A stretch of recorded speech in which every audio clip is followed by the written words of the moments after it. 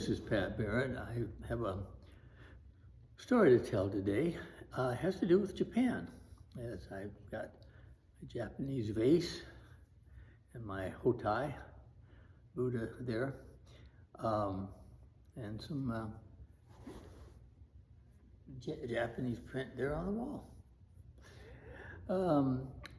It's a story of a young lady, a very young lady, 22 years old, who moved a nation. And it's just, I just found out about this. I never knew about it. There was a family who lived in Austria, and they had a child. Her name was Beata. And at age five, the family moved to Japan from Austria. The father was a renowned director of musical studies and so forth, and he went on to be very powerful in shaping Japanese classical tradition of European music. Of course, the Japanese are well known for Seiji Ozawa and some of these great conductors that really latched on to European music. This move occurred in the 30s. And this young girl, 5 years old, she did not go to Japanese schools. She went initially to a German school and then transferred to the American school in Japan. But she grew up in Japan, so she learned Japanese fluently, and she could also read the language. Her parents sent her to California, to Mills College, a college for young women. And while she was there, the war broke out between the United States and Japan. Now, her parents were interned by the Japanese. And when I read that, I was puzzled because they were Austrian, from Austria. And Austria was part of Hitler's German Empire. Why would that be a problem? Well, it turned out the original family had come from Russia. They were Russian Jews, and because they were Jewish. The Japanese, interestingly, were not too interested in returning them to Germany, where they would be persecuted and certainly murdered eventually by the Nazi regime there. They didn't go back, but they did intern them in a cabin up in the mountains.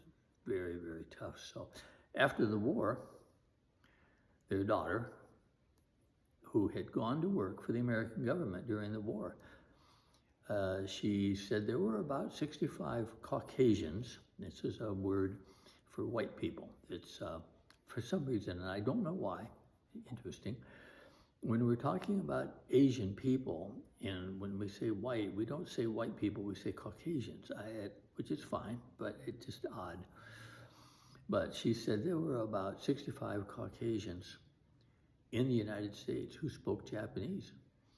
She was one of them.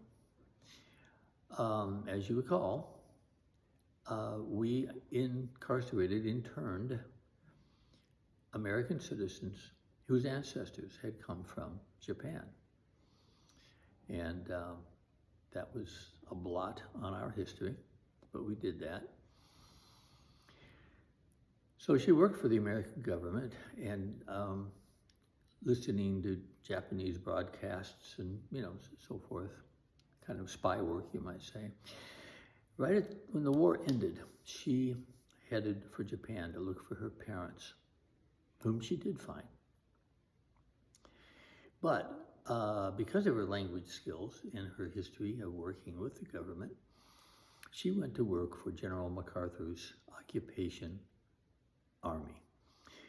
Right after the war, just a couple weeks after the war ended and Japan surrendered, General MacArthur, he was the Allied commander over everyone, had a force of about 300,000 American soldiers there and a number of Australian New Zealanders, and so forth.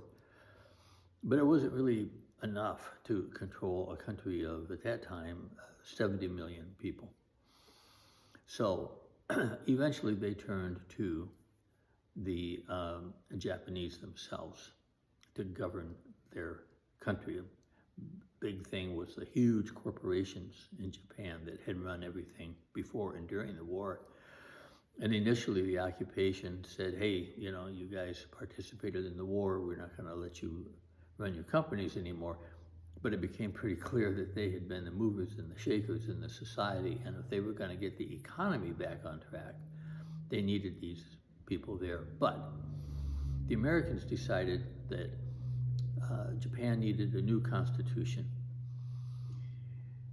and they gathered, this is really something, they gathered a handful of American, mostly soldiers, some civilians, including this young woman, Beata Sirota, or Sirota was her maiden name. Later, she was Beata Sirota Gordon, but she became famous after all of this. But what she did made her the most famous, and later in life she said, gosh, all they remember is what I did in Japan, rather than all the artwork. I brought all of these artists from Japan, and they really had I grew up in the 50s, and it was Japanese art and everything had started to become really popular, and she was a big part of that. I didn't know it. Now I know. So anyway, what happened was that she became an interpreter for General MacArthur and his team, and he selected a very small team of Americans, no Japanese, Americans, to write a new constitution for Japan. And they put this young lady in charge of the civil rights portion of the Constitution. Well, she had grown up in Japan and had seen how women were treated. And she said, we're going to put a stop to this. And she wrote 2 clauses in that Constitution giving women full equal rights. I mean, before that, in her words, they had been treated like chattel. You know, they could be bought and sold. Women had no rights. She opened this whole thing up. Well, to this day, the Japanese revere, the women at least, revere this young lady, 22 years old, just out of college. And she wrote this sort of, someone compared it to the most famous sentence in the world, penned by Thomas Jefferson: all men are created equal. She added the women. So I thought that was a great story. Now, there are people in the current political climate who are extremely misogynistic. I don't know, I'm not sure everyone understands. It's just hate women. And they don't like women. They think women are inferior and have no place in society of any importance, and so forth. And I'm looking at my time, and I think I'm going to go ahead and read this, so it'll make this a little long.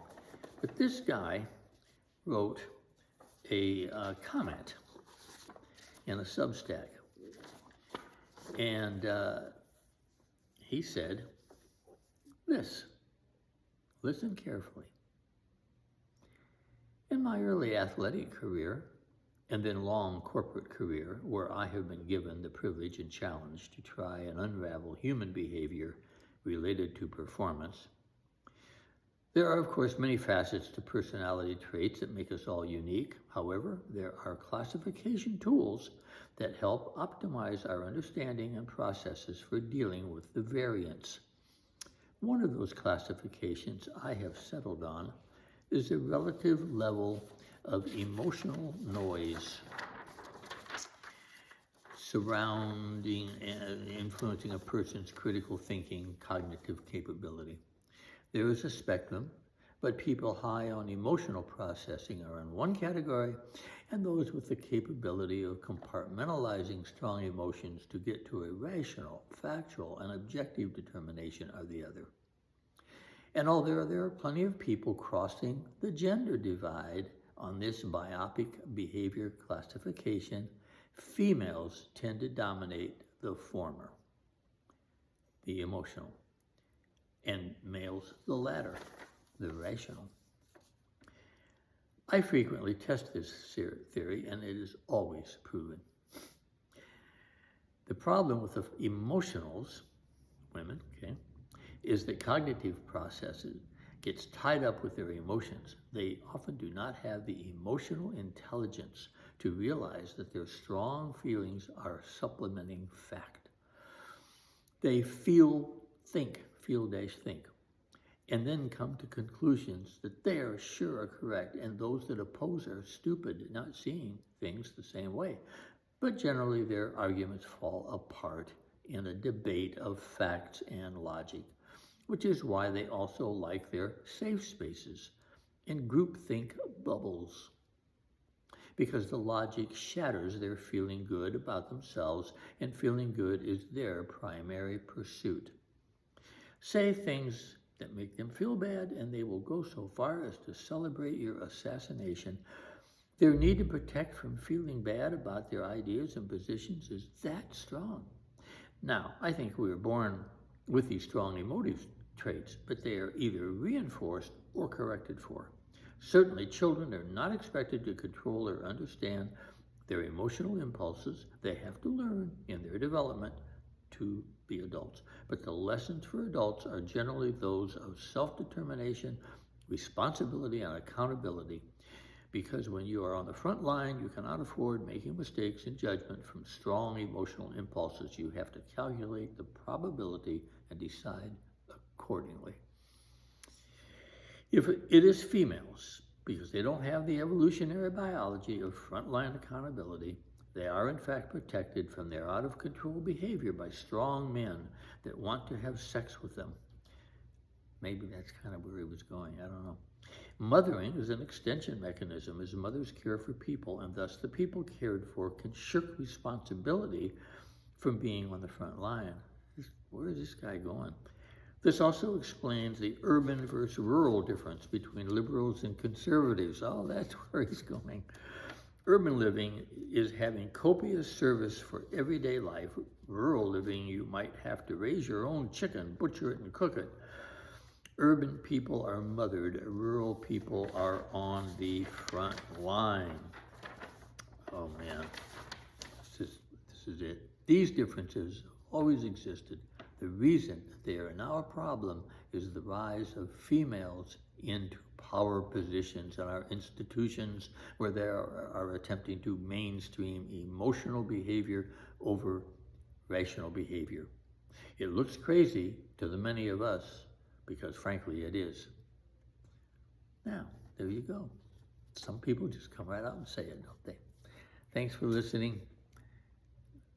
Like or dislike, subscribe, make comments. Thank you.